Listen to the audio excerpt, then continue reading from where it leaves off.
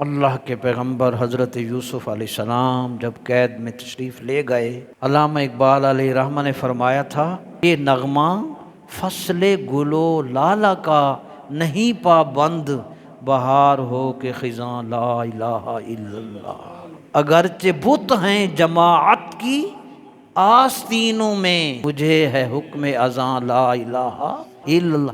ایسی والے ماحول میں ہم سجدہ کر لیتے ہیں، یہ کوئی مشکل بات نہیں ہے۔ مزہ یہ ہے کربلا کے تپتے صحرا پر امام حسین نے جو سجدہ کیا وہ بڑی بات تھی۔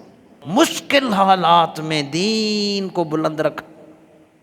یوسف علیہ السلام قید میں چلے گئے، آپ کا یہ معمول تھا، ہر غمزدہ کی دلداری کرتے، ہر مریض کی عیادت فرماتے، کوئی قیدی زخمی ہوتا اس کی مرہم پٹی کرتے، دن کو روزہ رکھتے، رات بھر عبادت فرماتے، جب کسی قیدی پر تنگی اور پریشانی آتی اس کے لیے آسانی کا راستہ نکالتے۔ ہم لوگوں کو رگڑتے ہیں، نبی آسانیاں بانٹتے ہیں۔